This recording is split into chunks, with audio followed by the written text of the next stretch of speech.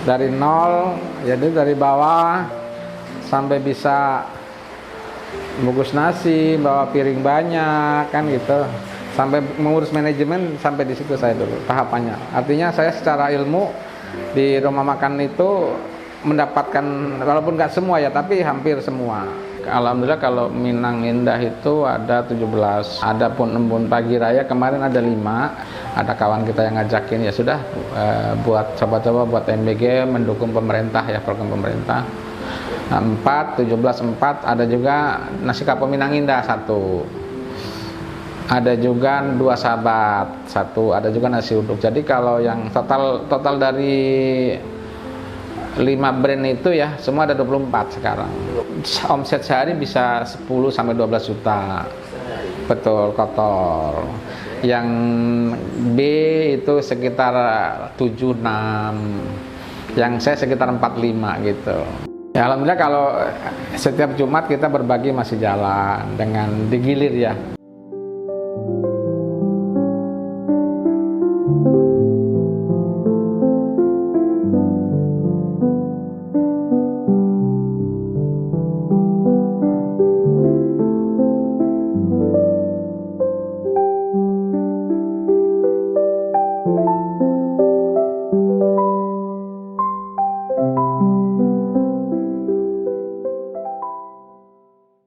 Assalamualaikum warahmatullahi wabarakatuh, teman-teman Kencana ID semuanya.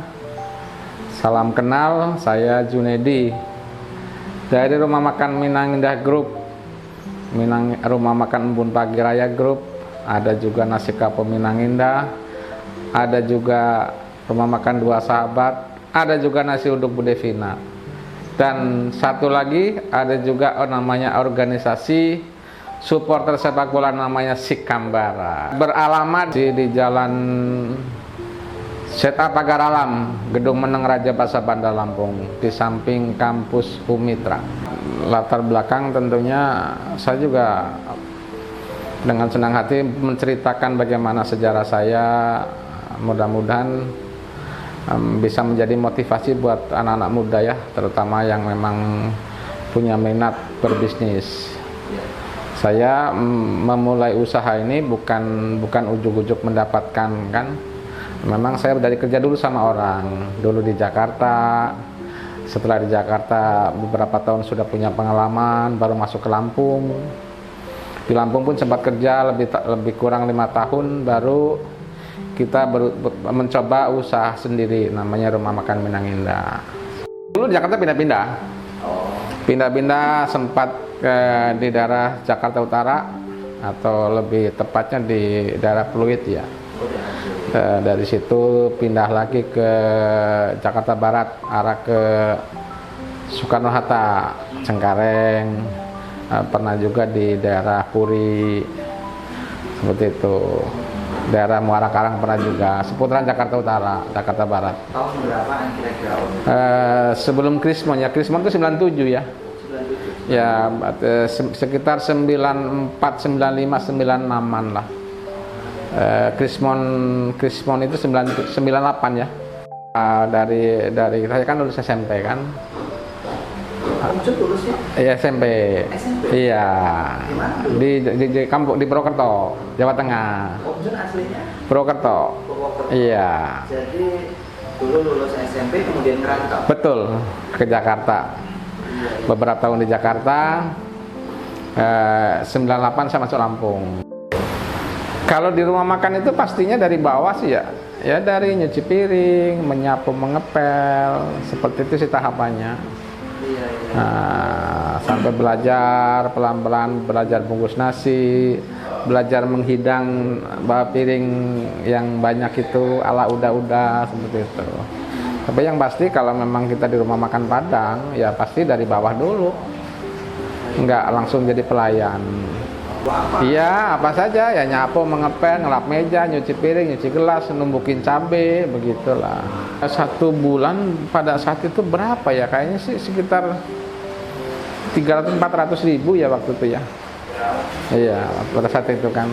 Kalau di rumah makan Padang kan kebanyakan memang makan kita kenyang, minum kita kenyang, mes juga disiapin. Jadi kita nggak ngekos.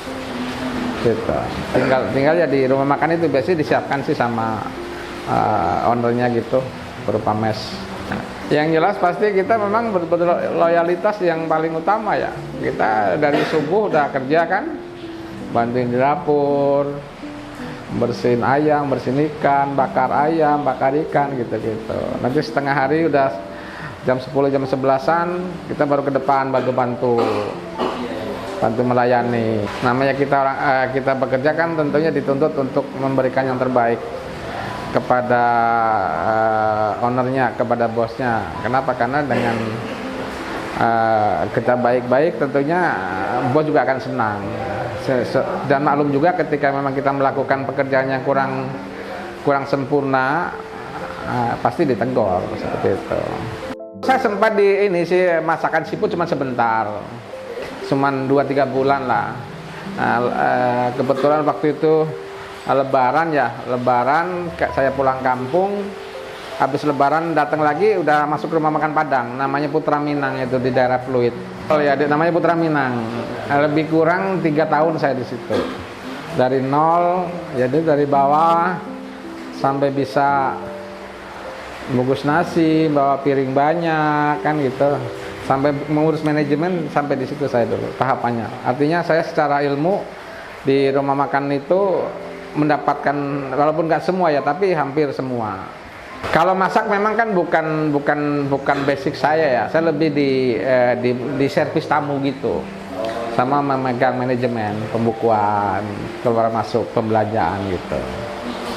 Walaupun saya bisa masak, cuman saya bukan spesialnya tukang masak. Sejarah kita sih panjang, sejarah saya terutama memang pada umumnya kalau di kampung saya itu, ketika memang anak pemuda sudah nggak sekolah ya pasti merantau ke Jakarta, berbagai macam, ada yang kerja di industri, ada yang ini, dan kebetulan saya aja yang memang bergerak di kuliner seperti itu. Di Pluit itulah namanya rumah makan Putra Minang. Saya mulai dari nol, alhamdulillah sampai bisa memegang manajemen lebih kurang 3 tahun. Dari itu sempat pindah juga ke daerah Cengkareng, dari Cengkareng pindah lagi ke daerah Muara Karang. Artinya saya masuk ke Lampung. Saya di Lampung pun perantau sebetulnya. Perantau. Kebetulan dulu saya ada kakak sepupu ya di daerah Teluk Petung. Beliau itu dulu chef juga, chef siput. Sama-sama rumah makan ya. Jadi sudah jenuh di Jakarta, kata kakak saya itu, udah ke Lampung aja, sini nyari kerja, seperti itu loh. Kakak itu memang dari asli Lampung? Enggak, aslinya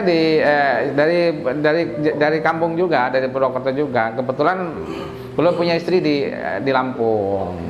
Tetapi sekarang kakak saya juga udah pulang kampung juga di Purwokerto. Artinya saya ke Lampung ini bukan pulang kampung, dulu merantau juga, seperti itu. Masuk Lampung, kerja juga pernah di Soekarno-Hatta. Pernah juga di Bundaran Raja Basa, ini lumayan lama sampai saya menikah. Ya kebetulan istri saya orang Lampung begitu. Dulu begitu sampai ke Lampung saya kerja di rumah makan sekarang udah tutup ya, samping SMA Gajah Mada itu. Ya, samping rumah SMA Gajah Mada bypass ya. Cuma sekarang udah tutup juga rumah makan itu. Dari situ ke Natar ada rumah makan Antika, sekarang udah tutup juga, samping Polsek. Di situ lebih kurang setahun, baru saya ke Danau Kembar, Bundaran Raja Basa itu. Yang sebelah kiri ya dari sini? Betul, sekarang udah tutup juga.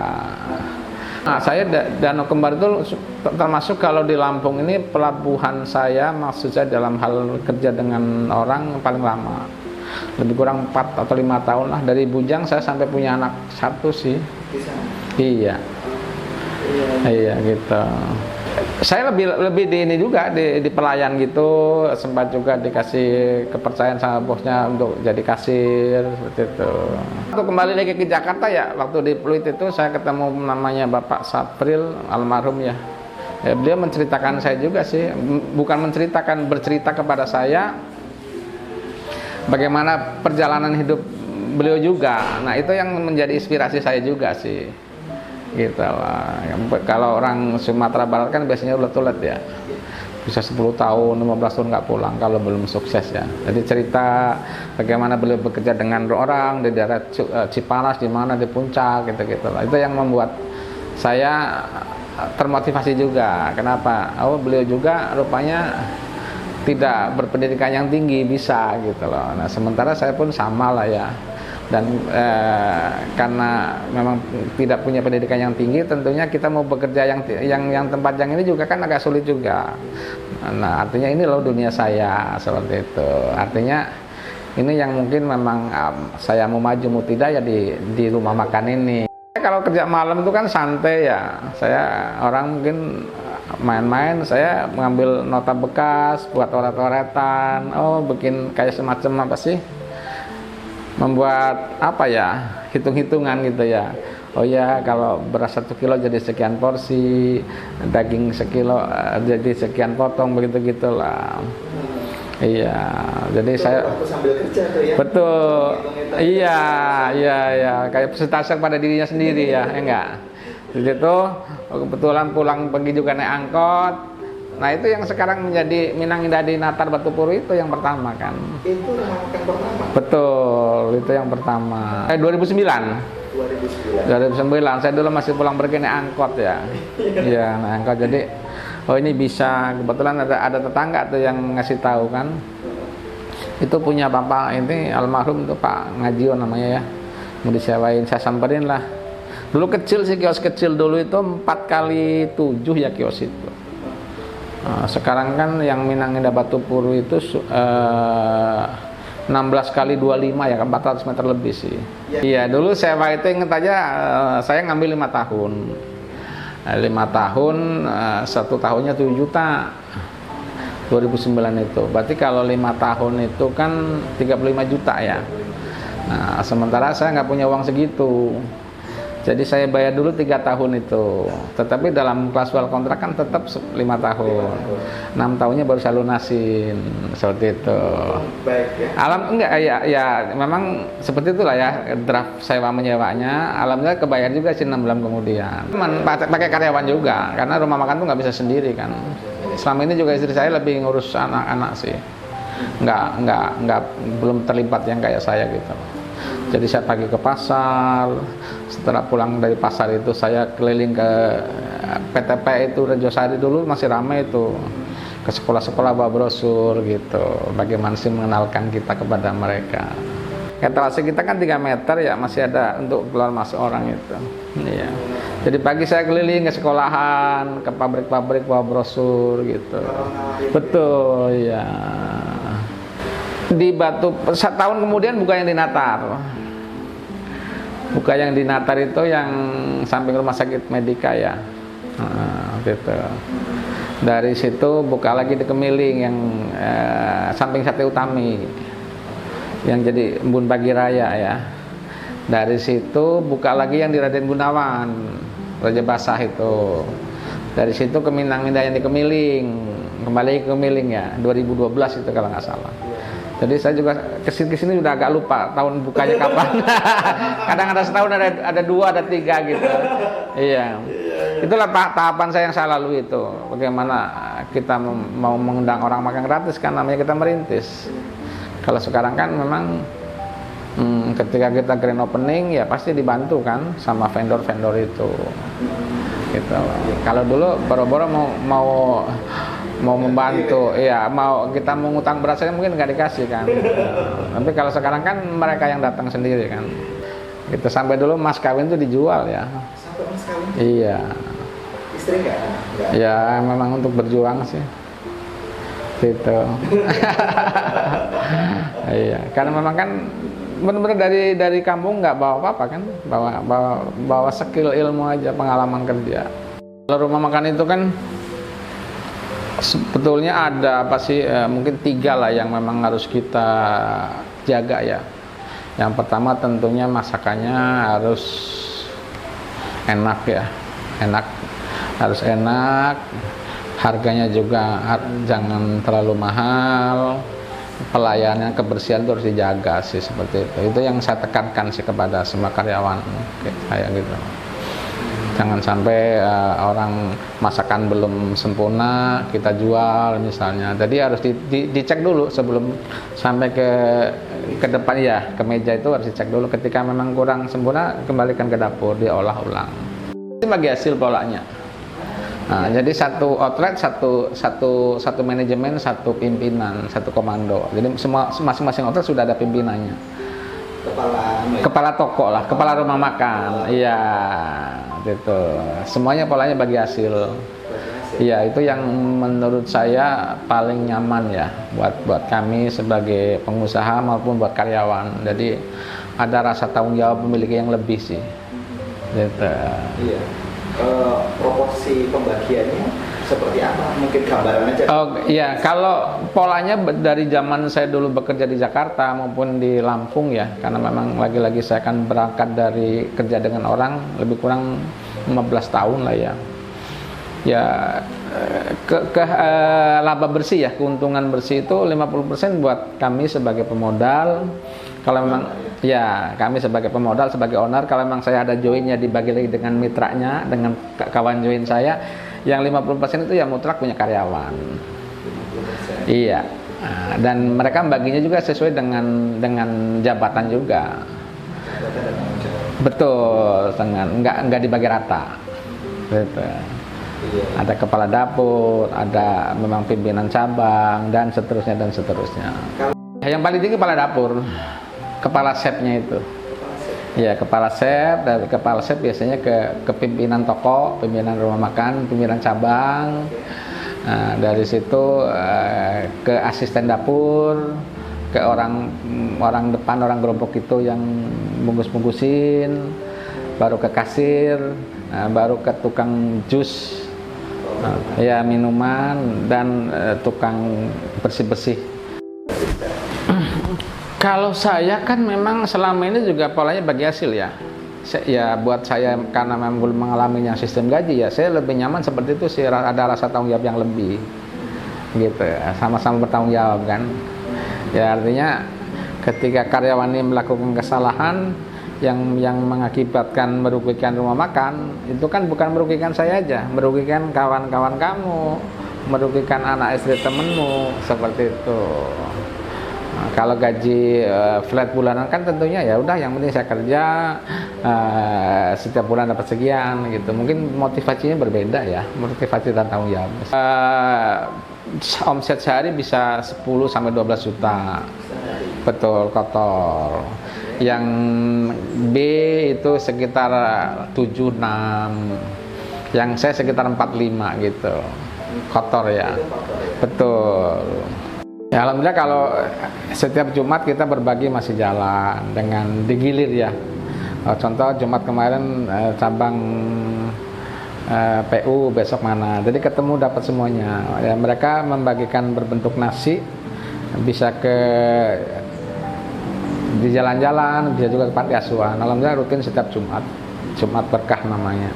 Awal Covid itu kan memang semua terpukul ya. Tetapi rupanya itu juga kan kalau menurut kami sih tahap adaptasi aja. Melewati 2 bulan, masuk 2 bulan, 3 bulan sudah normal lagi karena memang orang kan harus makan ya. Itu sih. Dan tantangan terberat kami sekarang ini tentunya kita terkait dengan pembinaan SDM karyawan itu sendiri kan. Gitu loh. Kenapa? Karena itu berpengaruh juga kan. Ketika karyawan kita bagus, jujur, ya rumah makan juga berjalannya bagus. Tetapi ketika memang karyawan itu bermasalah, apakah masalah di rumah makan atau pribadi, pasti ke bawah-bawah dulu tempat kerjaan sih. Gitu. Makanya saya tegas sih di rumah makan itu, yang namanya judi, narkoba, judol, berantem itu udah nggak boleh. Ketika ada yang melakukan itu pasti kita keluarin. Pasti ya. Asal memang terbukti, ada buktinya kita keluarin. Kenapa? Karena pasti dampaknya ke kita juga. Gitu. 4 itu yang berbahaya kan. Judi online, narkoba, pinjaman online, termasuk perkelahi. Jadi kita kan menjadi satu keluarga kan. Ketika yang satunya menanamkan benih hal-hal yang buruk, pasti berpengaruh juga. Apakah dari kedisiplinan, kejujuran. Kita daripada menolak ya kita cut aja. Kalau itu sih namanya kejadian seperti itu pasti pernah ya. Tetapi kan memang kita tekankan kan sama yang di depan itu yang megang makanannya harus hati-hati sih. Gitu. Basi itu kan ada sebabnya. Misalnya memang piringnya ngerapnya kurang kering, itu kan bisa berakibat basi juga. Atau memang pas menghangatkan sayur, misalnya, oh ini gulai ayam, kebetulan satu piring mungkin di meja tamu, jamnya menghangatin ya, itu tidak dibawa, lantas dicampur, kan itu bisa membuat basi juga sih. Gitu. Kalau yang sampai ada mistisnya gitu. Saya sih tidak percaya hal begitu ya. Lillahi ta'ala aja saya itu. Yang penting lebih ke penekanan bagaimana SDM itu bertanggung jawab sih pada posisinya gitu. Bukan berarti tidak percaya ya. Iya, mungkin ada ya, tetapi saya sih tidak terlalu memikirkan hal itu sih. Lebih kalau memang ini ada kesalahan ya pasti kesalahan kita sendiri. Kan sudah ada beberapa juga yang cabang kita tutup kan. Ya itu ya salah satunya yang memang tidak masuk ke, jangankan ke B ya, ke C pun enggak.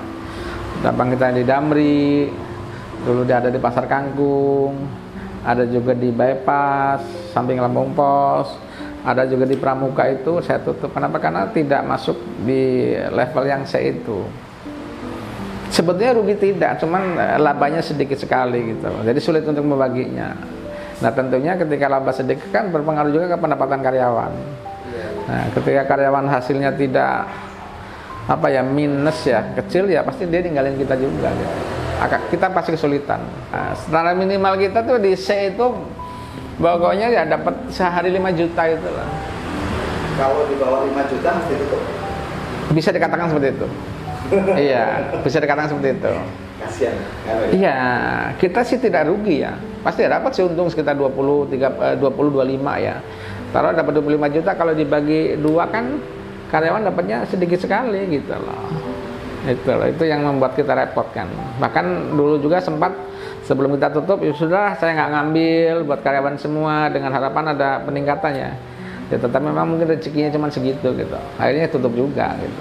Banyak artinya ada sehari sampai 3.000 lebih gitu.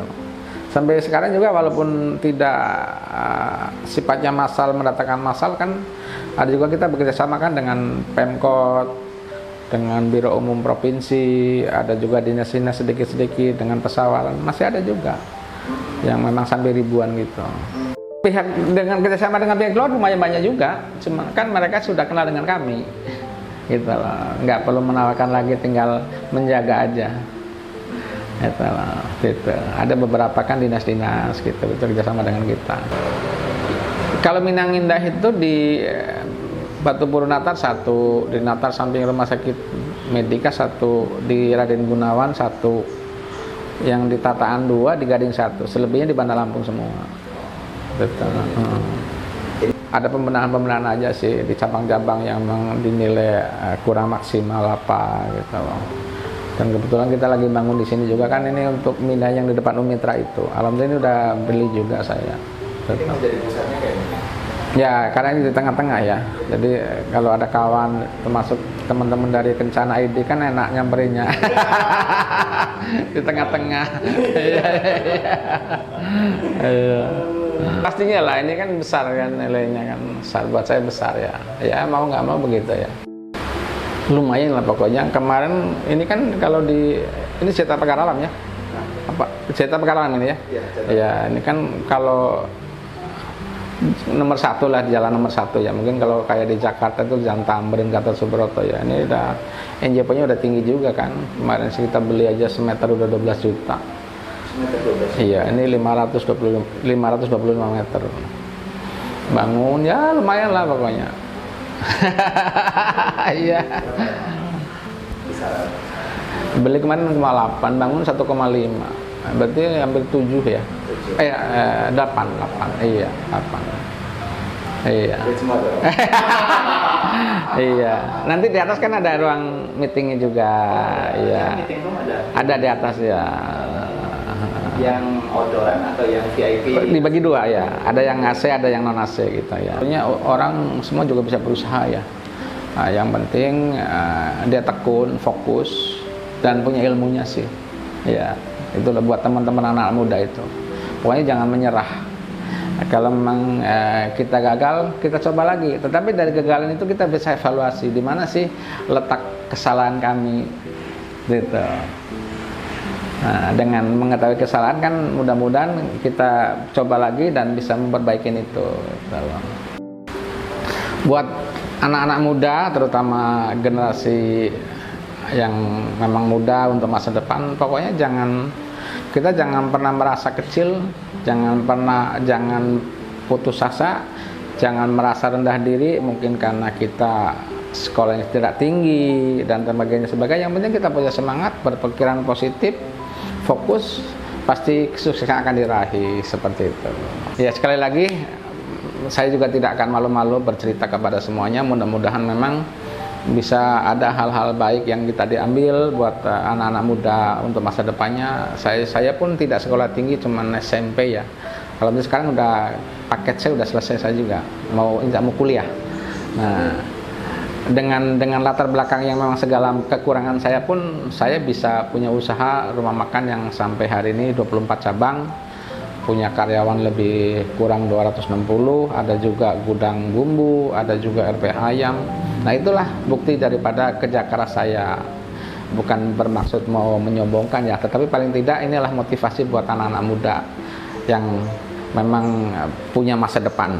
Iya, dulu saya kembali lagi ke belakang ya, tentunya dulu begitu saya masih kerja, naik angkot, berangan-angan bagaimana sih saya punya usaha sendiri dengan segala kekurangan saya tentunya yang saya bisa ceritakan. Alhamdulillah saya punya rumah makan. Dulu sebetulnya ada dua pilihan. Ya sebetulnya sederhana juga sih filosofinya. Kenapa Minang Indah? Ya Minang karena masakan Padang. Nah, indah itu bagus, seperti itu aja. Jadi jadilah rumah makan Minang Indah. Tentunya saya juga lagi-lagi harus bangga ya, dalam artian bangga saya bukan orang Padang tetapi turut mempopulerkan masakan Padang di Lampung ya. Nah, kenapa bisa begitu ya? Karena memang lagi-lagi saya belajar belajar dari bawah. Nah, itulah yang ilmu saya punya. Akhirnya saya coba praktekkan sampai hari ini ya lumayan berkembang gitu sih. Nah, ada istilah di mana bumi dipijak, di situ langit dijunjung ya. Kita sangat berterima kasih kepada Pak Gubernur, Pak RMD yang memang masih muda, bersemangat untuk membangun Lampung, dan alhamdulillah bisa mendatangkan Bayangkara FC Liga 1 yang menjadi Bayangkara Persisi Lampung FC. Atas dasar itulah saya pribadi dan teman-teman sebagai orang Lampung tentunya apa sih kita yang harus berbuat. Dan lebih kurang 4 bulan yang lalu saya mendirikan namanya supporter sepak bola Sikambara Lampung. Nah, tentunya bukan semata-mata memang untuk urusan bola, dan situ juga sebagai wadah silaturahmi, bisa menambah teman dan mendukung Bayangkara Persisi Lampung. Alhamdulillah sampai hari ini member kita yang memang resmi punya KTA berdasarkan KTP juga ya, itu sudah lebih kurang 500 anggota begitu. Alhamdulillah nih di ujung obrolannya dengan Kencana ID, tentunya buat teman-teman semuanya, saudara di Lampung dimanapun berada, kalau memang pengen masakan Padang jangan segan-segan mampir ke Minang Indah, ke Embun Pagi Raya, Kedua Sahabat, ada juga nasi kapau Minang Indah. Dan bagi yang memang hobi sepak bola, ayo gabung ke Sikambara, menjadi supporter sepak bola Lampung, supporter yang dewasa mendukung sepak bola di Lampung. Dan ini juga Mas Dewi dan teman-teman membentuknya YouTube ya, Kencana ID ini luar biasa terutama buat mendukung UMKM di Lampung. Jadi jangan lupa like dan subscribe Kencana ID yang memang khusus untuk membahas UMKM di Lampung.